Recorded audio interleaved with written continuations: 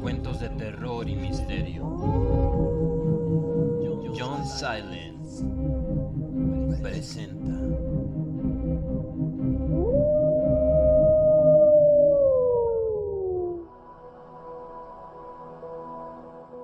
El Orla de Guy de Maupassant, en la voz de John Silence, con música de Ari Racing. Capítulo 2, final.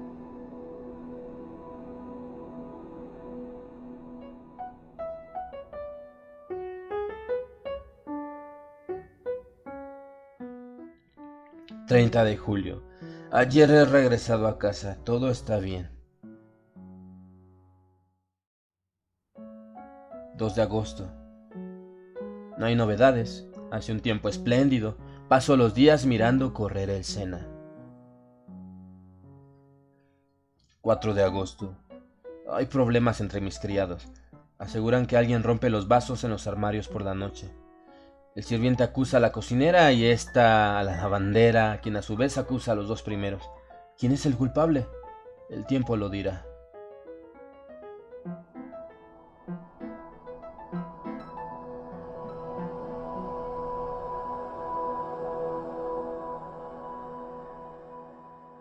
...6 de agosto... Esta vez no estoy loco. Lo he visto. ¡Lo he visto! Ya no tengo la menor duda, lo he visto. Y aún siento frío hasta en las uñas. El miedo me penetra hasta la médula. ¡Lo he visto! A las 2 de la tarde me paseaba a pleno sol por mi rosedal. Caminaba por el sendero de rosales de otoño que comienzan a florecer. Me detuve a observar un hermoso ejemplar de Jean de Batailles que tenía 3 flores magníficas, y vi entonces con toda claridad cerca de mí que el tallo de una de las rosas se doblaba como movido por una mano invisible. Luego vi que se quebraba como si la misma mano lo cortase. Luego la flor se elevó, siguiendo la curva que habría descrito un brazo al llevarla hacia una boca, y permaneció suspendida en el aire transparente, muy sola e inmóvil, como una pavorosa mancha a 3 pasos.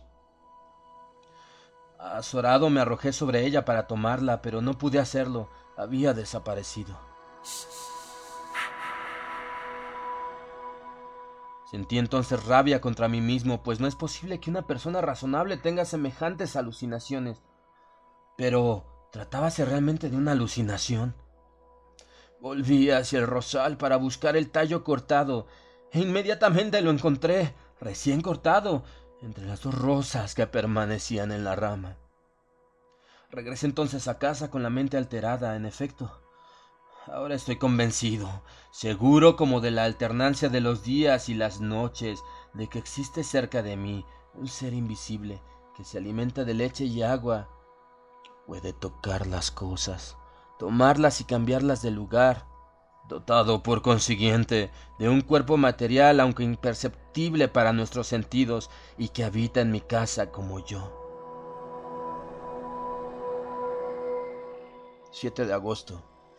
Dormí tranquilamente.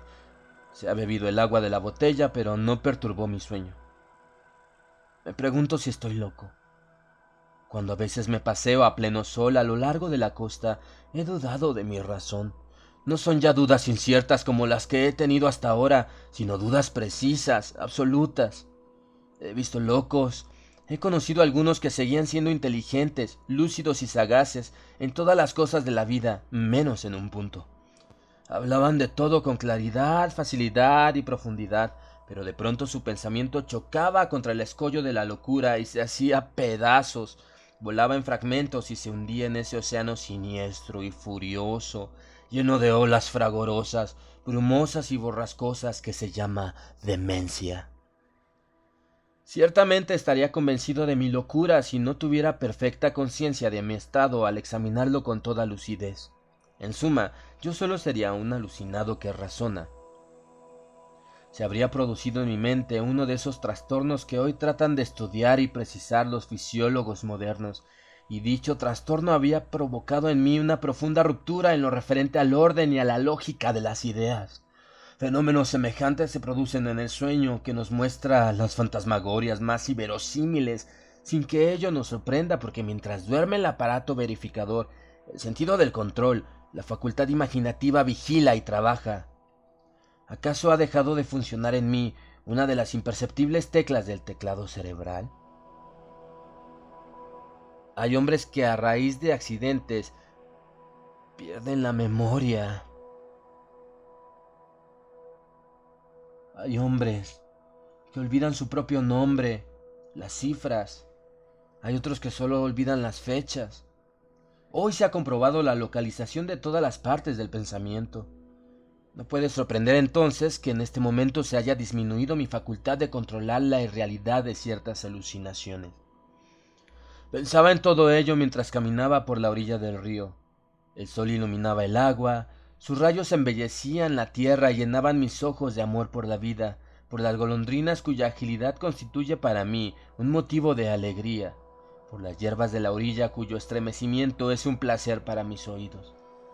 Sin embargo, paulatinamente me invadía un malestar inexplicable.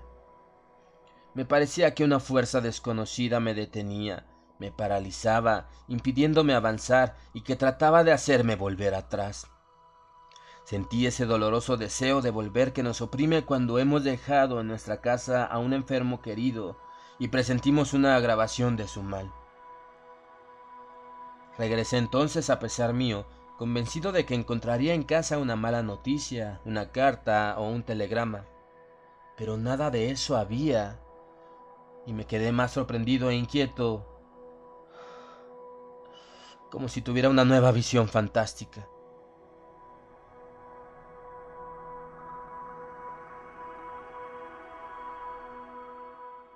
8 de agosto. Pasé una noche horrible. Él no ha aparecido más, pero lo siento cerca de mí.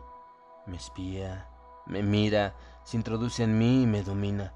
Así me resulta más temible, pues al ocultarse de este modo parece manifestar su presencia invisible y constante mediante fenómenos sobrenaturales. Sin embargo, he podido dormir. 9 de agosto. Nada ha sucedido, pero tengo miedo. 10 de agosto. Nada. ¿Qué sucederá mañana? 11 de agosto. Nada. Siempre nada. No puedo quedarme aquí con este miedo y estos pensamientos que dominan mi mente. Me voy.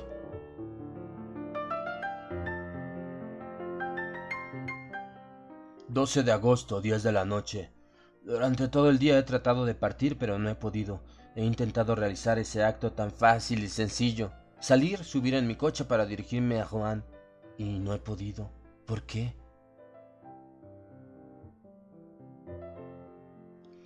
13 de agosto. Cuando nos atacan ciertas enfermedades, nuestros mecanismos físicos parecen fallar. Sentimos que nos faltan las energías y que todos nuestros músculos se relajan. Los huesos parecen tan blandos como la carne y la carne tan líquida como el agua. Todo eso repercute en mi espíritu de manera extraña y desoladora. Carezco de fuerzas y de valor. No puedo dominarme y ni siquiera puedo hacer intervenir mi voluntad. Ya no tengo iniciativa, pero alguien lo hace por mí y yo obedezco.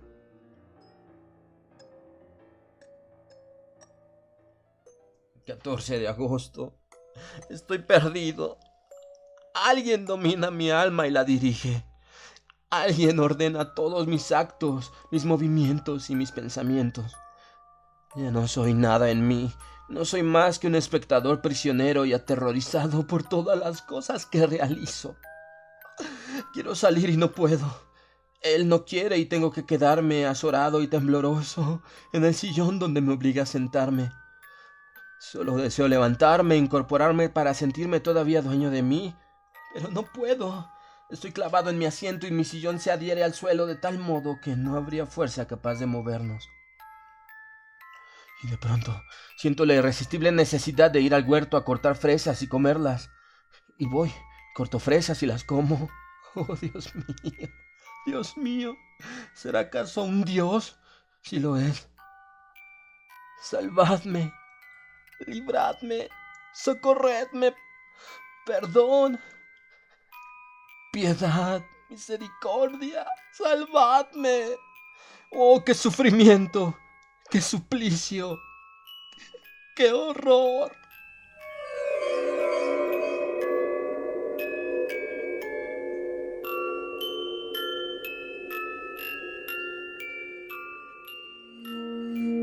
De agosto. Evidentemente así estaba poseída y dominada mi prima cuando fue a pedirme 5,000 francos. Obedecía a un poder extraño que había penetrado en ella como otra alma, como un alma parásita y dominadora. ¿Es acaso el fin del mundo? Pero ¿quién es el ser invisible que me domina? ¿Quién es ese desconocido, ese merodeador de una raza sobrenatural? Por consiguiente, los invisibles existen. Pero ¿cómo es posible que aún no se hayan manifestado desde el origen del mundo en una forma tan evidente como se manifiestan en mí? Nunca leí nada que se asemejara a lo que ha sucedido en mi casa. Si pudiera abandonarla, irme, huir y no regresar jamás, me salvaría, pero no puedo.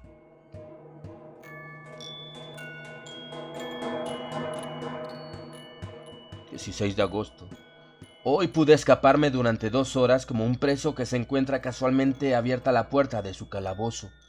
De pronto sentí que yo estaba libre y que él se hallaba lejos. Ordené uncir los caballos rápidamente y me dirigí a Rouen. Qué alegría poder decirle a un hombre que obedece: ¡Vamos a Rouen!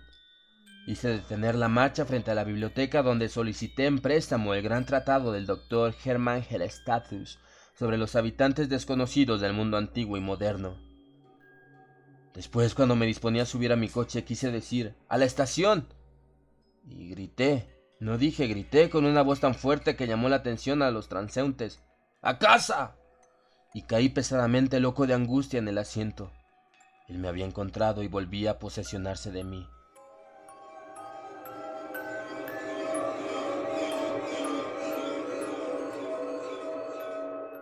17 de agosto. ¡Ay, qué noche! ¡Qué noche! Y sin embargo me parece que debería alegrarme. Leí hasta la 1 de la madrugada. Hermann Herestauss, doctor en filosofía y en teogonía, ha escrito la historia y las manifestaciones de todos los seres invisibles que merodean alrededor del hombre o han sido soñados por él. Describe sus orígenes, sus dominios y sus poderes, pero ninguno de ellos se parece al que me domina. Se diría que el hombre, desde que pudo pensar, presintió y temió la presencia de un ser nuevo más fuerte que él, su sucesor en el mundo, y que como no pudo prever la naturaleza de este amo, creó en medio de su terror todo ese mundo fantástico de seres ocultos y de fantasmas misteriosos surgidos del miedo. Después de leer hasta la 1 de la madrugada, me senté junto a mi ventana abierta para refrescarme la cabeza y el pensamiento con la apacible brisa de la noche. Era una noche hermosa y tibia, que en otra ocasión me hubiera gustado mucho. No había luna, las estrellas brillaban en las profundidades del cielo con estremecedores destellos. ¿Quién vivirá en aquellos mundos? ¿Qué formas, qué seres vivientes o animales o plantas existirán allí? Los seres pensantes de esos universos ¿serán más sabios y más poderosos que nosotros? ¿Conocerán lo que nosotros ignoramos? Tal vez cualquiera de estos días uno de ellos atravesará el espacio y llegará a la Tierra para conquistarla, así como antiguamente los normandos sometían a los pueblos más débiles.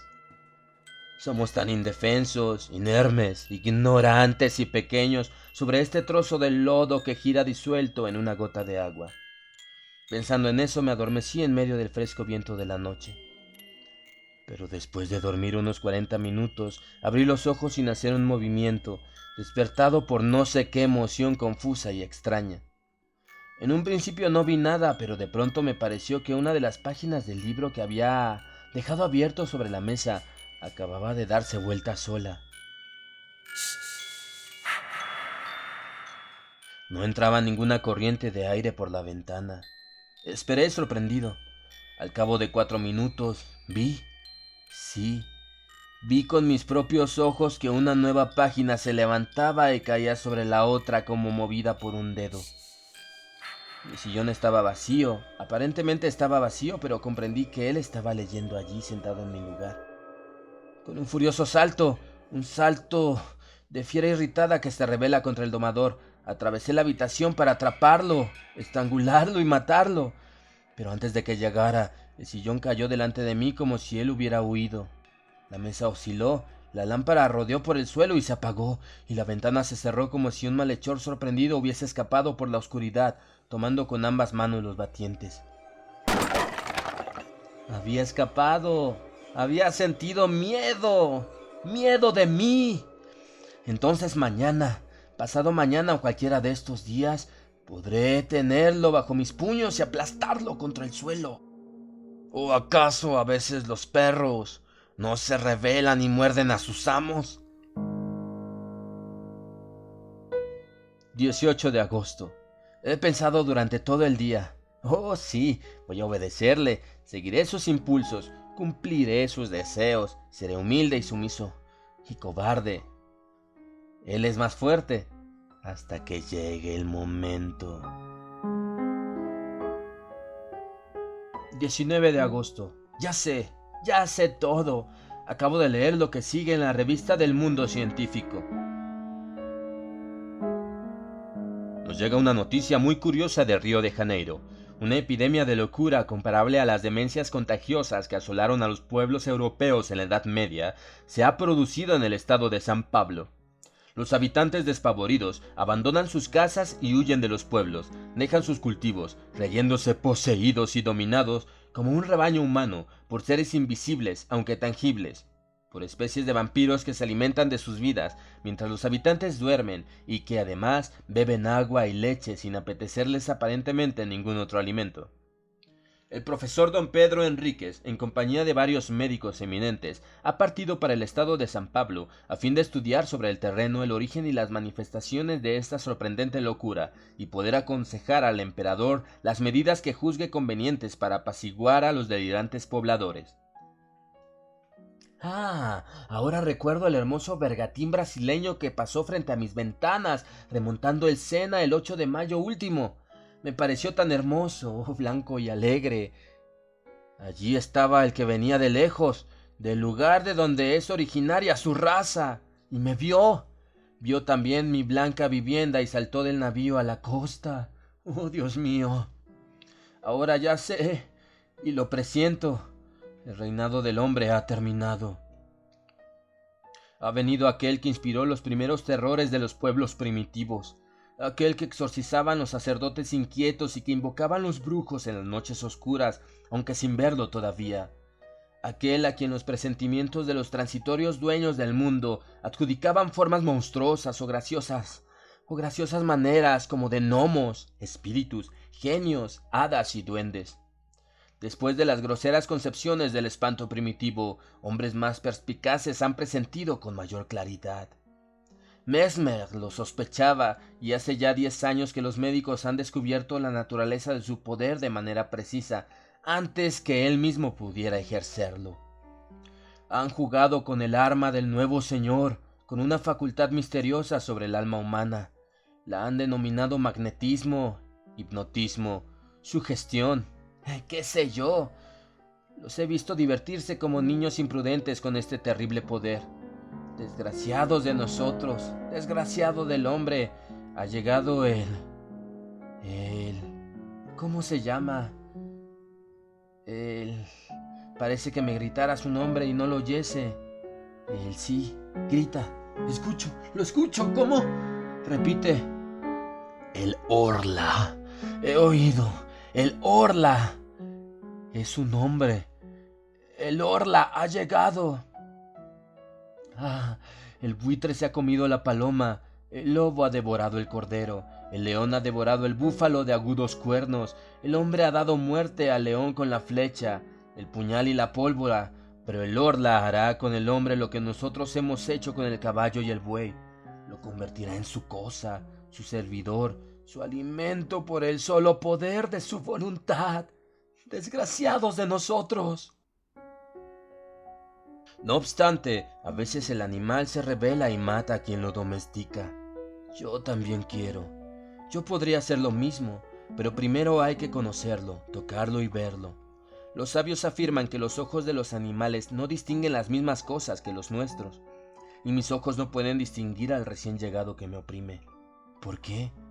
Oh, recuerdo ahora las palabras del monje del monte San Michel. ¿Acaso podemos ver la 100.000ª parte de lo que existe? Observe, por ejemplo, el viento, que es la fuerza más poderosa de la naturaleza, el viento que derriba hombres y edificios, que arranca de cuajo los árboles y levanta montañas de agua en el mar, que destruye los acantilados y arroja contra ellos a las grandes naves, el viento que silba, gima y ruge. ¿Acaso lo ha visto usted alguna vez? ¿Acaso puede verlo? No, y sin embargo existe. Y yo seguía pensando. Mis ojos son tan débiles e imperfectos que ni siquiera distinguen los cuerpos sólidos cuando son transparentes, como el vidrio. Sin un espejo que me ayude, se obstruirá mi camino y chocaré contra él como el pájaro que penetra en una habitación y se rompe la cabeza contra los vidrios. Por lo demás, 1000 cosas nos engañan y desorientan. No puede extrañar entonces que el hombre no sepa percibir un cuerpo nuevo que atraviesa la luz. Un ser nuevo, ¿por qué no? No podía dejar de venir. ¿Por qué nosotros íbamos a ser los últimos? Nosotros no los distinguimos, pero tampoco nos distinguían los seres creados antes que nosotros.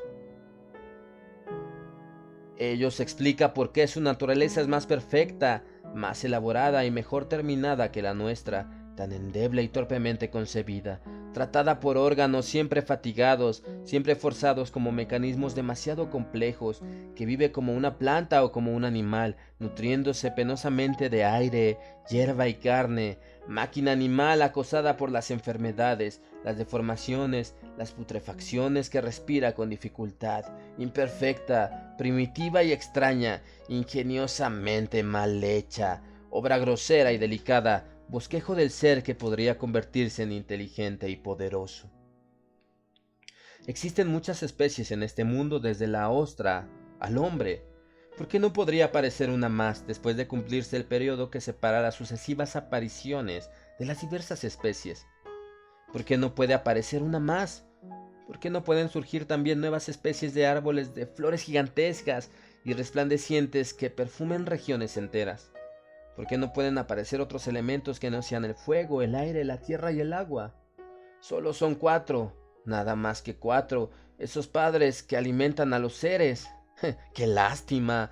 ¿Por qué no serán 40, 400 o 4000? Todo es pobre, mezquino, miserable. Todo se ha dado con avaricia, se ha inventado secamente y se ha hecho con torpeza. ¡Ah! ¡Cuánta gracia hay en el elefante y el hipopótamo! ¡Qué elegante es el camello! Se podrá decir que la mariposa es una flor que vuela. Yo sueño con una que sería tan grande como 100 universos, con alas cuya forma, belleza, color y movimiento ni siquiera puedo describir. Pero lo veo, va de estrella a estrella, refrescándolas y perfumándolas con el soplo armonioso y ligero de su vuelo, y los pueblos que allí habitan la miran pasar extasiados y maravillados. ¿Qué es lo que tengo? Es el orla que me hechiza, que me hace pensar esas locuras. Está en mí, se convierte en mi alma. Lo mataré.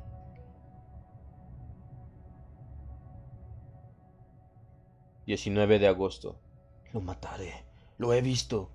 Anoche yo estaba sentado a la mesa y simulé escribir con gran atención. Sabía perfectamente que vendría a rondar a mi alrededor, muy cerca, tan cerca que tal vez podría tocarlo y tomarlo. Pero entonces podría lograr la fuerza de los desesperados. Dispondría de mis manos, mis rodillas, mi pecho, mi frente y mis dientes para estrangularlo, aplastarlo, morderlo y despedazarlo. Yo acechaba con todos mis sentidos sobreexcitados. Había encendido las 2 lámparas y las 8 velas de la chimenea, como si fuese posible distinguirlo con esa luz. Frente a mí está mi cama, una vieja cama de roble, a la derecha la chimenea, a la izquierda la puerta cerrada cuidadosamente, después de dejarla abierta durante largo rato a fin de atraerlo. Detrás de mí un gran armario con espejos que todos los días me servía para afeitarme y vestirme, y donde acostumbraba a mirarme de pies a cabeza cuando pasaba frente a él. Como dije antes, simulaba escribir para engañarlo, pues él también me espiaba. De pronto sentí, Sentí. Tuve la certeza de que leía por encima de mi hombro, de que estaba allí rozándome la oreja. Me levanté con las manos extendidas, girando con tal rapidez que estuve a punto de caer. Pues bien, se veía como si fuera pleno día y sin embargo no me vi en el espejo. Estaba vacío, claro, profundo y resplandeciente de luz. Mi imagen no aparecía y yo estaba frente a él. Veía aquel vidrio totalmente límpido. Lo podía ver de arriba abajo. Y lo miraba con ojos extraviados. No me atrevía a avanzar y ya no tuve valor para hacer un movimiento más. Sentí que él estaba allí, pero que se me escaparía otra vez con su cuerpo imperceptible que me impedía reflejarme en el espejo. Cuánto miedo sentí. De pronto mi imagen volvió a reflejarse como si estuviese envuelta en la bruma, como si la observase a través de una capa de agua. Me parecía que esa agua se deslizaba lentamente de izquierda a derecha y que paulatinamente mi imagen adquiría mayor nitidez. Era como el final de un eclipse. Lo que la ocultaba no parecía tener contornos precisos, era una especie de transparencia opaca que poco a poco se aclaraba. Por último pude distinguirme completamente como todos los días. Lo había visto. Conservo el espanto que aún me hace estremecer. 21 de agosto. He llamado a un cerrajero de Rouen y le he encargado persianas metálicas como las que tienen algunas residencias particulares de París, en la planta baja, para evitar los robos. Me haré además una puerta similar. Me debe haber tomado por un cobarde, pero no importa.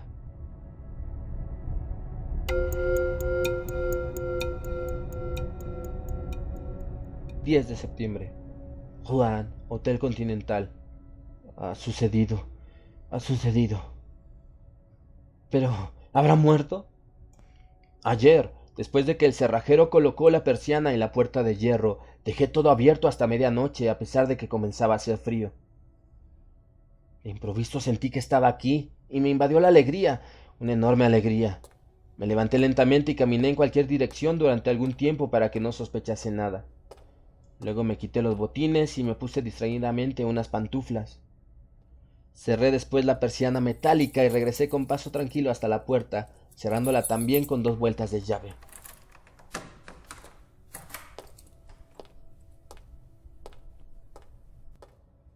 Regresé entonces hacia la ventana, la cerré con un candado y guardé la llave en el bolsillo. De pronto comprendí que se agitaba algo a mi alrededor, que él también sentía miedo y que me ordenaba que le abriera. Estuve a punto de ceder, pero no lo hice. Me acerqué a la puerta y la entreabrí lo suficiente como para poder pasar retrocediendo, y como soy muy alto, mi cabeza llegaba hasta el dintel. Estaba seguro de que no había podido escapar de allí. Lo acorralé solo, completamente solo. ¡Qué alegría! Había caído en mi poder. Entonces descendí corriendo a la planta baja, tomé las 2 lámparas que se hallaban en la sala situada debajo de mi habitación, y con el aceite que contenían, rocié la alfombra, los muebles y todo. Luego les prendí fuego y me puse a salvo después de cerrar bien con 2 vueltas de llave.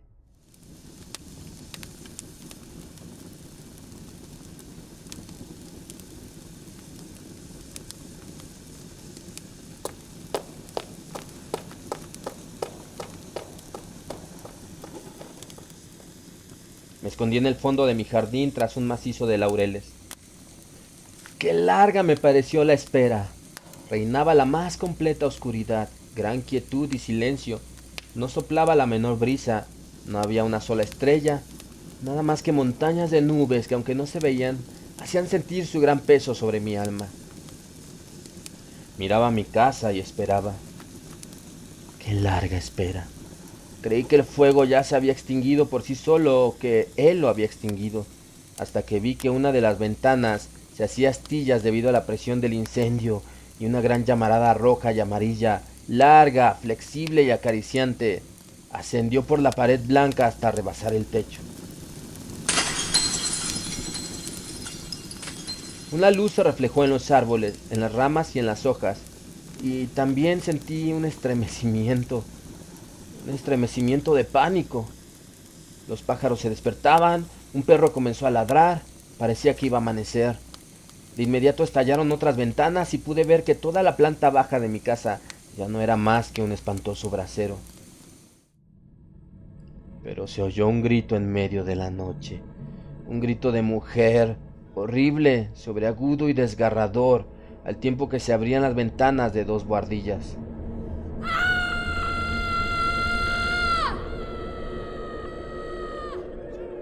Me había olvidado de los criados. Vi sus rostros enloquecidos y sus brazos que se agitaban. Despavorido eché a correr hacia el pueblo gritando: ¡Socorro! ¡Socorro! ¡Fuego!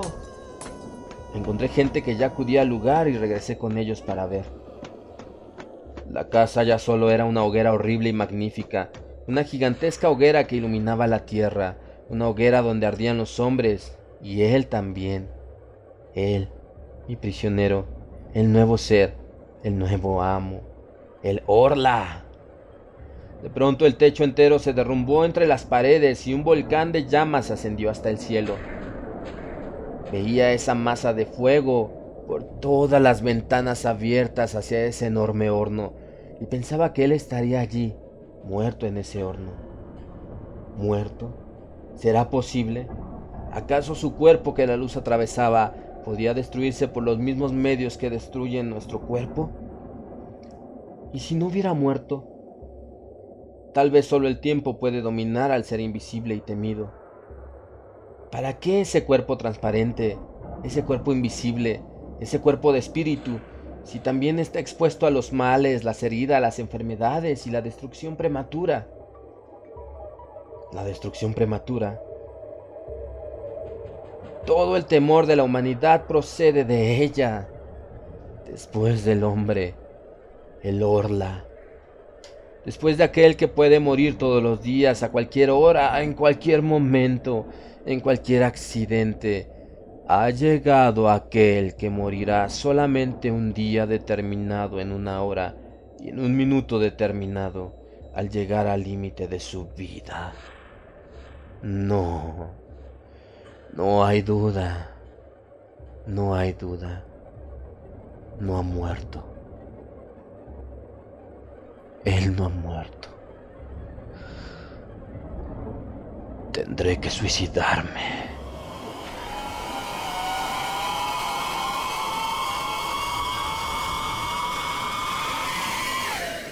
Fin.